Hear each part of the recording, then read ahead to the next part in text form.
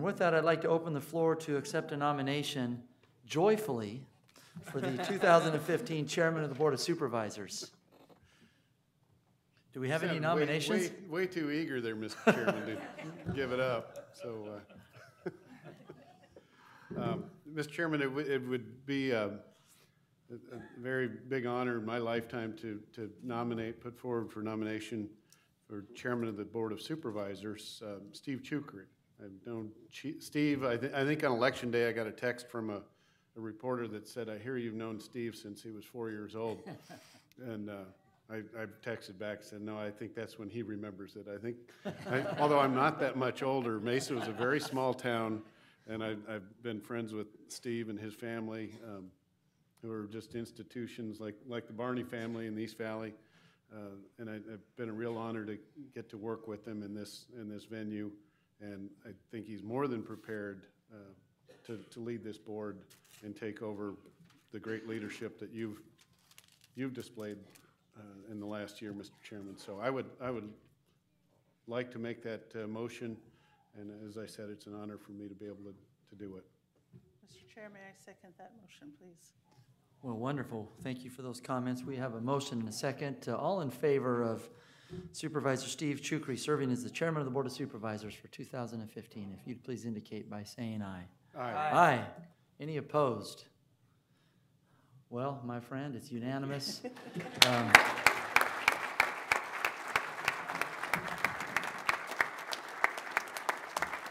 It's a very great day for me. I feel like I'm a very lucky man. I've got a beautiful wife who said no at first when I asked her out. She said she wouldn't do dinner, but she'd do lunch with me. And I guess I got the last laugh. But she's a great wife. But she's a better mother to our two boys. And I appreciate her for that.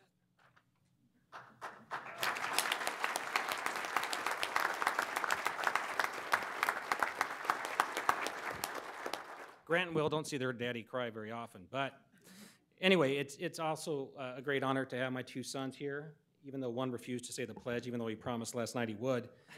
And it's also a great honor to represent one of the largest and best-run counties in the nation, and one of the most. Thank you.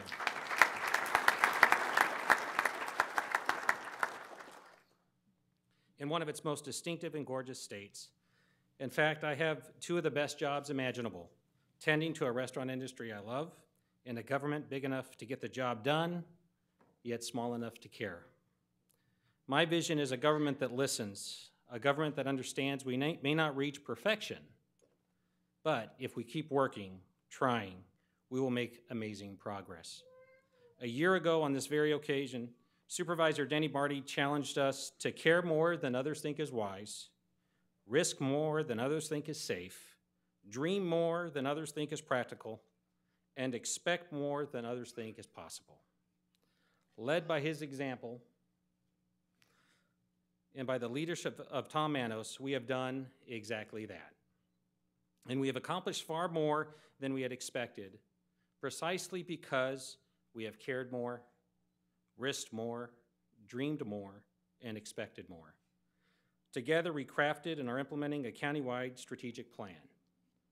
We, and I mean the collective we, have initiated sweeping regulatory reforms with the intent of more customer service and less red tape. We have adopted zero-based budgeting across several departments, and we have won 36 NACO awards. Yet, more challenges await. As Supervisor Andy Konosic once said, at Maricopa County, we don't go around looking for new things to do, new programs to fund, but what we do, we want to do very well. And we want to deliver more at a lower cost and constantly strive to get better. Our vision, our mission, is a government that listens, that best serves its people, that resolves the problems that individuals cannot solve on their own, and address those issues that recognize no city boundaries, like crime, disease, air quality, transportation, and flooding. And in doing so, we take a collaborative approach, expanding our resources by partnering with other jurisdictions, the private sector, and nonprofit organizations. Citizens serving citizens. A government as nimble and innovative as its people, willing to break precedents, but not promises. A government that listens because at its core, democracy is a conversation. Before any government can initiate a reform, implement a policy, or take positive action, it must have the credibility, confidence, and trust of the public.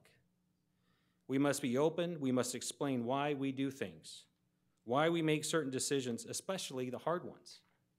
This is something we put on and take off. This isn't something we put on and take off of a shelf, because in these times, public trust is not a given. It must be earned. I'm proud to say we have taken a few good steps to win that confidence. Our fiscal transparency website, Open Books, is a good one, perhaps a model for others to use. Under Supervisor Barney, we began archiving our board meetings. Today, for the first time, we are broadcasting, live streaming these proceedings online for the public to follow at this very moment.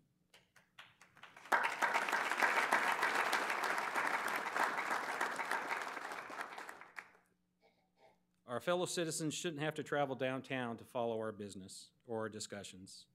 And from this day forward, they won't. And in this day of advanced technology, the time has come to better deliver our county services in a convenient manner. This is not new. Supervisor Hickman asked the question, how can we provide our constituents access to information about services offered to veterans? And because of his leadership, today we have a portal for our veterans to help them find what they need.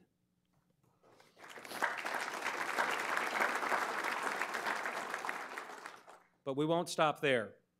Through the use of social media and technology outreach, Maricopa County will work to convert our current dialogue with the public into an instantaneous, two-way, real-time conversation.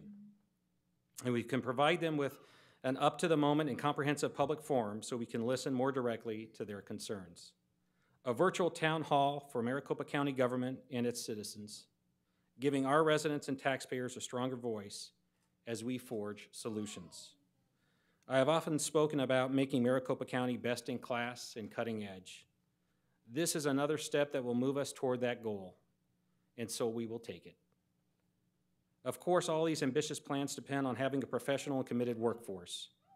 The public has come to expect this high-quality service, and we must do all we can to keep delivering it, even improving it.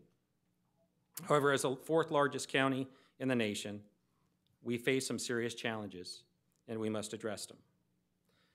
Many departments, including some of our largest and most critical, see employee turnover as a worrisome drain on our resources, a needless flight of talent to other jurisdictions, and so the time is right to expand our focus beyond just what we do and examine more closely those who actually do the work. To ask the question, can our efforts to achieve exemplary customer service in lean, efficient operations be enhanced by giving greater attention to our employees, our personnel rules, policies, and practices? This effort cannot and should not be grounded in anecdotal evidence or negative stereotypes about government workers. They're neither justified or needed. Colleagues, ours is a complex business with more than 50 separate lines of service operating in a fiercely competitive market. We must find a way to capitalize on the knowledge and skills of our experienced workforce while we attract the next wave of skilled, motivated, and engaged professionals into public service. And frankly, I don't think we can do that with out-of-date personnel and compensation practices and decades-old merit systems designed for a different time. Did you know that currently at least 50% of those applying for a county job must be interviewed? Even though some applicants may be the most qualified, we still must interview. This contributes to delays and the loss of qualified candidates to other employers. There is nothing magical about probationary periods of 6 months. This is not an adequate measure for new hires to demonstrate proficiency in the job or for managers to assess them. And finally, we have to concede that our compensation system is presently weighted toward years of service and not performance. and that erodes our ability for the most productive employees. We need a county personnel system as productive as our most outstanding employees here. A system that will attract, hire, and reward a great workforce. Employees in the mold of Valerie Beckett, the Ombudsman for Planning and Development, Alva Tovar, the Adopt a Highway Coordinator for Transportation, and Stephen Good, former Deputy Director and now Director of Environmental Services. Will each of these employees stand and be recognized?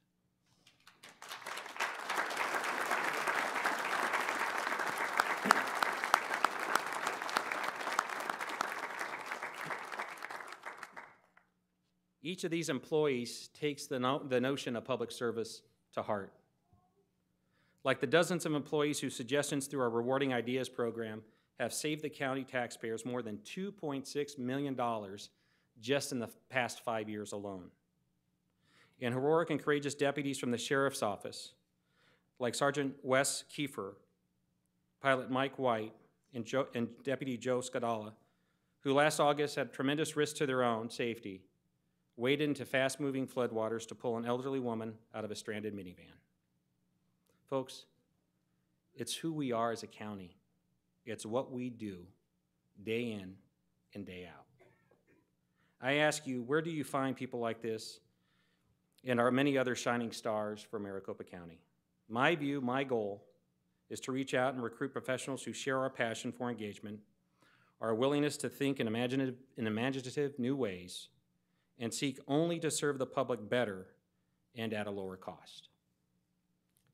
There is another major challenge, our 2016 budget deliberations. It is said that Maricopa County is successful because we don't wear rose-colored glasses when projecting revenues. And many in this room are the ones who designed and implemented that impressive fiscal policy. But as you all know, we in county government are not always the masters of our own destiny. We are an arm of state government. This year promises to be an uphill climb as the state considers their budget goals. There will no doubt be more problems than we have solutions.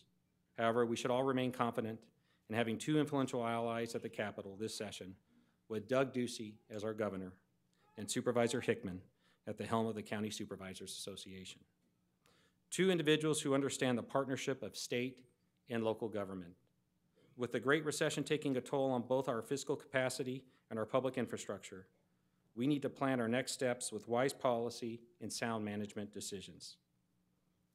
We have just completed master plans for our jails and courts that outline the infrastructure needs of our growing county. As our population increases, and it does, and our facilities age, and they do, we have to invest in capital assets, new jails, new court buildings, and when we build new facilities, we must have the funding to operate them. There is no other option. And this is a task we must address in the not-too-distant future. This past fall, two unprecedented 1,000-year floods battered parts of the valley. Some residents, especially in parts of Levine, New River, and Mesa, are still reeling from the effects of these storms. They won't soon forget. We can explain too often after the fact various levels of flood protection and their relative cost. Realistically, no one can protect every structure in a floodplain against every flood, much less a catastrophic event. But we can explain to residents about the potential dangers, and we can plan with other jurisdictions to address the most pressing needs. We can collaborate on projects that will balance needs, costs, and local participation. I hope that we do, as the public will now know we have listened. And Supervisor Rogers, I know my back's to you, I apologize. I hope that you know as we move forward in this new year of 2015, we will remember your steady yet subtle passion for issues and look to your example as we face these challenges I mentioned. Thank you.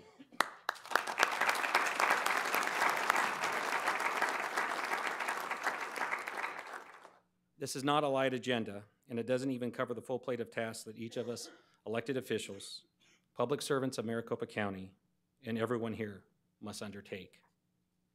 We are here to do the people's work. They are the ones who elected us and put us here. They are the ones who get up every morning, meet their own responsibilities, while paying the taxes that finance the work we do. And more importantly, they expect us to do. It is to them we owe our best effort, the best of our abilities.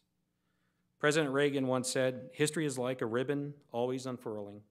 History is a journey." We continue that journey today. Proud of our rugged frontier history, diverse heritage, independent, enterprising culture, and forward-looking optimism.